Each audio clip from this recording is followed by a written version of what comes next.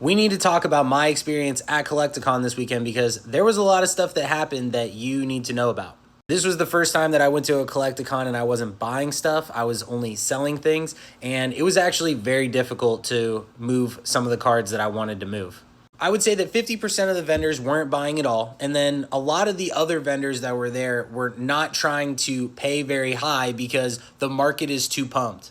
I'll give you a good example. Let's say that I go up to a vendor and I have a card and I say, hey, I would really like to sell you this card. They go through, they look, and they're like, oh yeah, well, there was this one really high sale. Oh, that one's so scary to me. I don't want to use that one. Let's look at the lower comps. Let's look at the ones that sold before that, and let's try to work something out. But then you would go look and see the stuff that they had, and every single card that everybody has is the highest possible comp, if not higher. So a lot of vendors didn't want to buy the high comp, but they were super happy with selling it all day long.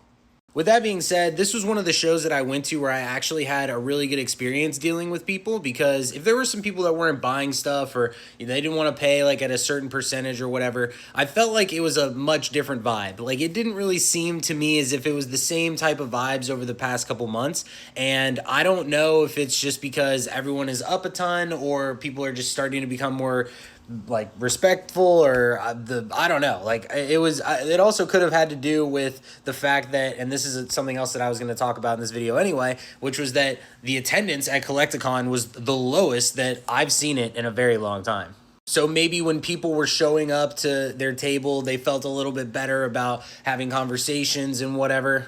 But yeah, for some reason, when I went to Collecticon this year, this was like the most dead that I'd seen it. Like, you could actually walk around, you could go to tables. There was like really not that many people there at all. And I think overall, one of the things that really bummed me out about going to this show is that everything was so expensive. Everything is so crazy. We know that the market is so absolutely insane that even if you found a card that you were looking for that you wanted, the price on it was so astronomical that you're just like, man, I just don't even want to touch this thing.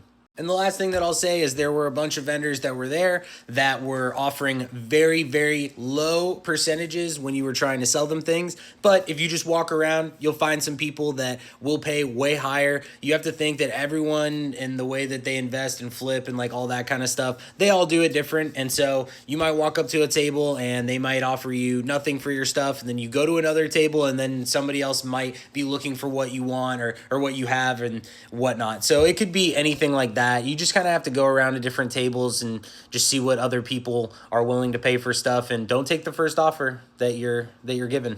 That's it for me. Thank you guys for watching. See you later.